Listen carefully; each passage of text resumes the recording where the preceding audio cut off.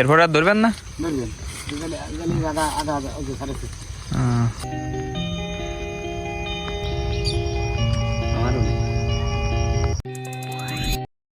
কি অবস্থা সবাই? আশা করি সবাই অনেক ভালো আছেন এবং আমি অনেক ভালো আছি। আজকে নতুন ভিডিওতে আপনাদের সকলকে স্বাগতম।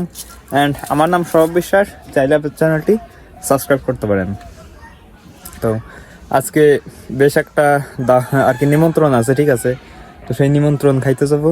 হ্যাঁ, তো সেখানে দেখি দেখাইতে পারি কিনা, আশা করি দেখাইতে পারবো। তো সেখানে যাব, অলরেডি রেডি হয়ে গেছি আমি, ঠিক আছে? তো প্রত্যেক নিমন্ত্রণ মানেই তো সবাই মনে করছে এক্সট্রা খাওয়া। তা আসলে নিমন্ত্রণে গেলে আসলে বেশি এক্সট্রা আর কি খাওয়া দাওয়াই হয়, ঠিক আছে? কেউ চাইলেও কন্ট্রোল করা যায় না, কারণ অনেকেই জোর জার করে দেয় খাইতে, ঠিক আছে? তো চলুন সেখানেই যাই। রাইট নাও দেখতেছি ফেসবুক থেকে ভালো একটা রেসপন্স পাচ্ছি, তো ফেসবুকে আপলোডও দিচ্ছি নিয়মিত। দেখা যাক কি হয়। গাইজ, মূলত অনেকদিন পরই এই দোল দুইটা দেখলাম, ঠিক আছে? এই ডোলের মধ্যে আসলে ধান রাখে। তো চলুন একটু নৌকার উপর গিয়ে বসি। আর নদীগুলো দেখা যাচ্ছে অনেক ভাঙন লাগছে, ঠিক আছে? আর আমাদের এপারে এমনিতেও আঠালো মাটি, তো ভাঙতে ভাঙতে অনেকেই চলে গেছে। ওই পার থেকে এখন নৌকা আসতেছে, সেই নৌকাতে উঠে আমরা যাব। তো নৌকা অলরেডি পৌঁছে গেছে, এখন উঠবো। ওঠার পরে কিছু লোকজন হলেই আশা করি ছেড়ে দেবে। আমাদের পাইলট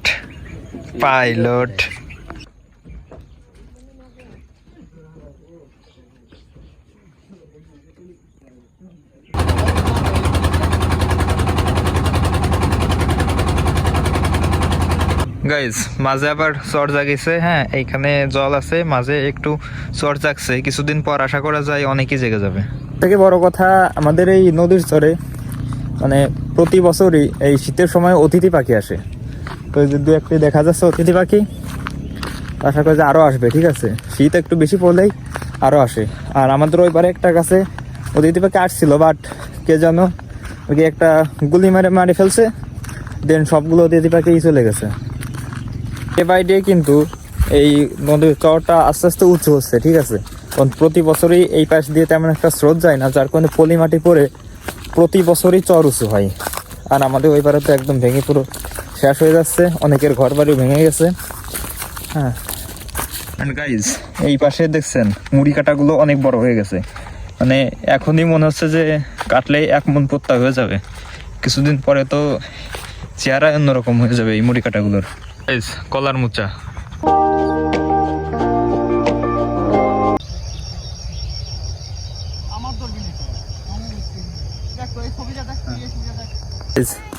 আমরা মূলত আজকে আসছিলাম হলো সরিষার ক্ষেত্রে ছবি তুলতে, ঠিক আছে? তো ছবি তোলা শেষ।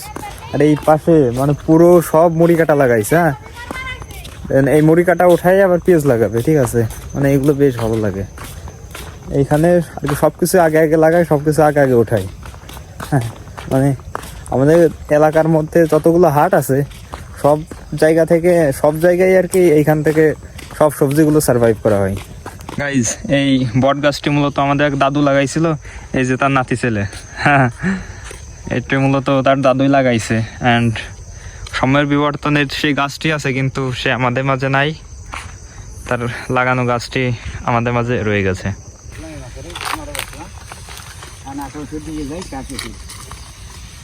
এরপর আর ধরবেন না?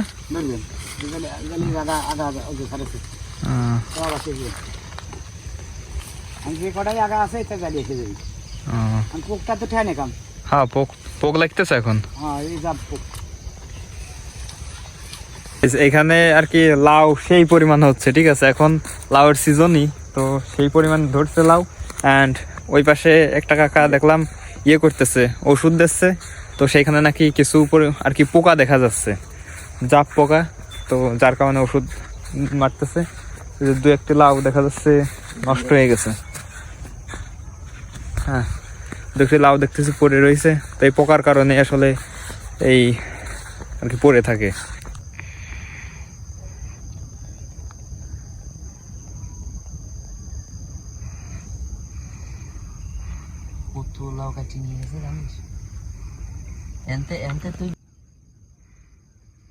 মানে আর কি গত যে বছরগুলো ছিল সেই বছরগুলোতে আর কি সরিষার খেতি বেশি লাগাইতো, বাট এইবার দেখা যাচ্ছে সরিষা অনেক কম লাগাইছে, ঠিক আছে?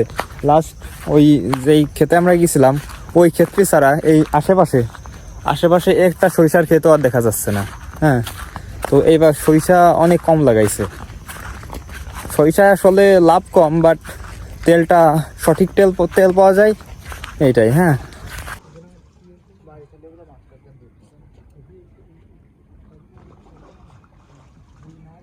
আমাদের নৌকা অলরেডি চলে আসতেছে, তো এখন চলে যাবো বাড়িতে।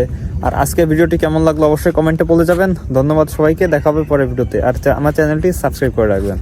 তো টাটা।